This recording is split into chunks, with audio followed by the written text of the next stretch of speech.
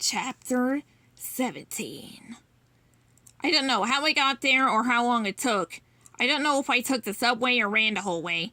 I wasn't out of breath when I arrived, but I was slicked with sweat. Though whether it was from my fear or the heat, I couldn't say. I don't know.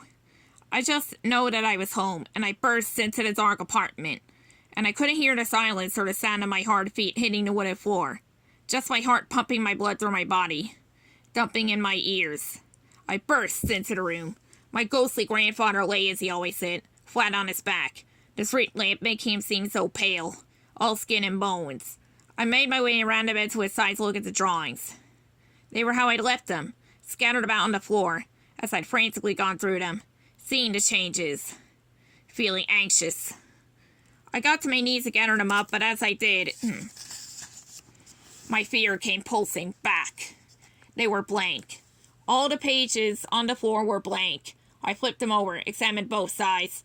Just blank white paper. I looked up, frantic. That's when I saw it. A trail of ink running up the side of the blanket, up along the long sleeves of Grandpa's nightshirt, trailing up his neck, heading for his mouth, like veins, or like a river of blood, except going up, toward him, fingers reaching for him. "No!" I cried out. I leapt up beside my grandfather and shook him, pulling him up to a sitting position. His eyes burst open wide and he started thrashing about, clawing at my arms, holding on to his. He screamed out in terror, or in pain, or both. It's okay, I said, but he wouldn't stop moving, and it wasn't okay. He was still covered in the ink. I reached up, trying to wipe the ink off his neck with my hand, but he grabbed my wrist and pushed at me hard, then, harder than I thought a man his age could push. I fell backward. What on earth? Somehow Ma was in the room on the bed, reaching for her father. "Papa!" She held his hand firmly, but gently between her hands. "No, Papa, no. Was this Tico? No, wait, no, Portadku." I could only watch, panting a bit as the old man finally calmed down and stared into my ma's eyes. I'm not Polish, so I don't know how accurate that is. He slowly reached up and held her face in his, so they were both cradling each other's. "Irina," he said softly. "Talk, Papa, talk," she said. "Irina." She smiled slowly then, and nodded. He looked over at me. "Buddy." I smiled back, rubbing my wrist where he twisted it. "Yes," I said. He nodded again. "Everything's okay," Ma said finally in English. She looked over at me. "What happened?" Then I saw the ink on Grandpa's cheek. "The ink," I said, coming over. "We need to clean off the ink." She saw it then and looked down at her hand. There was ink on it too from when she grabbed him and had transferred it to his face. "What on earth?" she repeated quietly.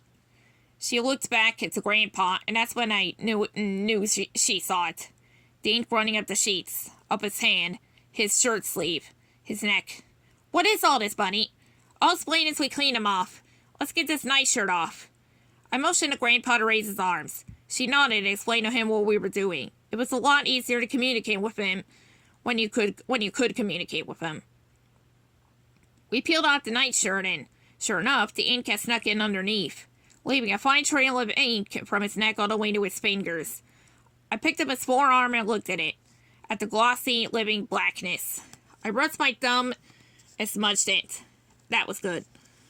I grabbed the nightshirt itself since it was ruined and began to look at the arm. "Bunny, don't," said Ma.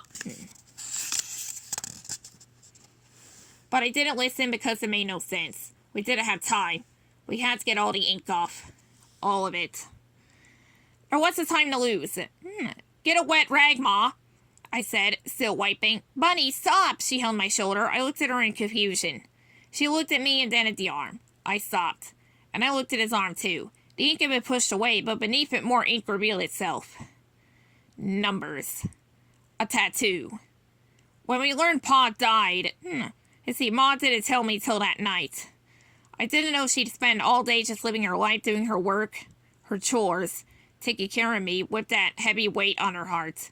That a man in a uniform would come to our door, that had been direct to the point, that he'd told her the truth. She told me at night at bed, so she could make me feel better, tuck me in, lie beside me and stroke my hair, because she wanted to be ready to be sad. But you can't always prepare for sadness. You just have to live with it. I remember this now. Sitting with her, the clock ticking on the wall, my shoulders heavy, my back aching, after scrubbing all the ink off Grandpa. Under the single bulb above the kitchen table, the shadows on Ma's face made her look much older than she was and very tired. I figured if there was a mirror, I'd see the same with me. It felt like the summer lasted a lifetime, and maybe it had. I didn't know. I'm not sure time works the way I always thought it did. Why didn't you tell me? I said finally. There was so much to tell, and you had this new job, and I never saw you, and I had work too. And then you two seem to be bonding, and what's the point anyway? She said. I noticed her long, winding sentence mirrored my long, winding thoughts. I came by it honestly, I guess. Start at the beginning. Like there is such a thing. There isn't a beginning. There is only a moment that makes the moments that follow matter. Ma shook her head because she understood that. Do you know how many times I tried to figure out the beginning? She sighed. Oh, buddy, it's so sad. I leaned over and took her hand. It's okay. I can handle sad. Your pa wanted to come here. He wanted opportunity. So many people do. I came with him and brought you. This little bundle in my arms. Because he was my husband.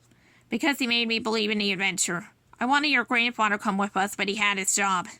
His students. He was a teacher? I asked him. Can you tell? She smiled.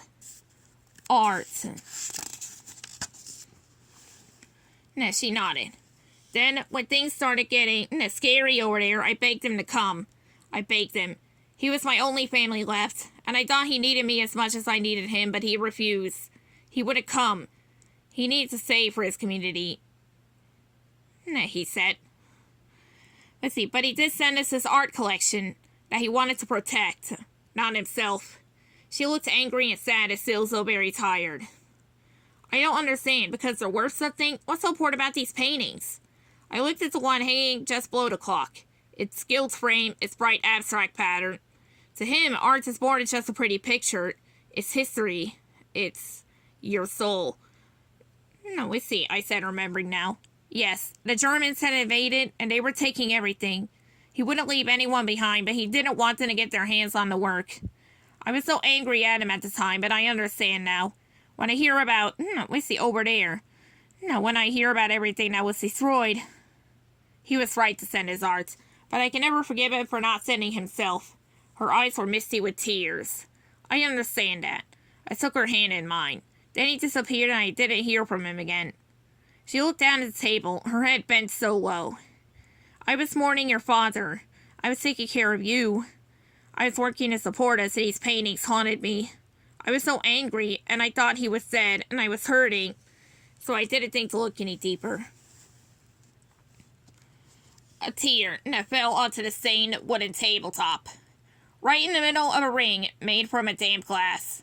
This all makes sense, Ma, I said. I wasn't used to reassuring her.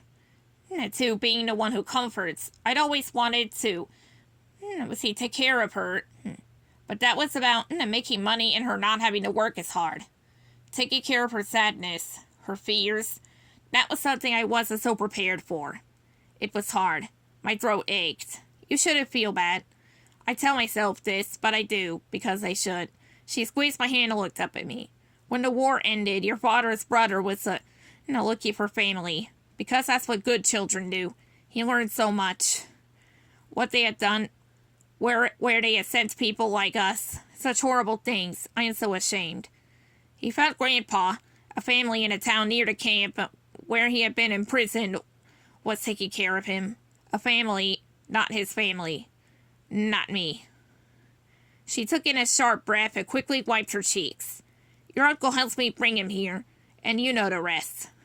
Ma, you should tell me these things, I said.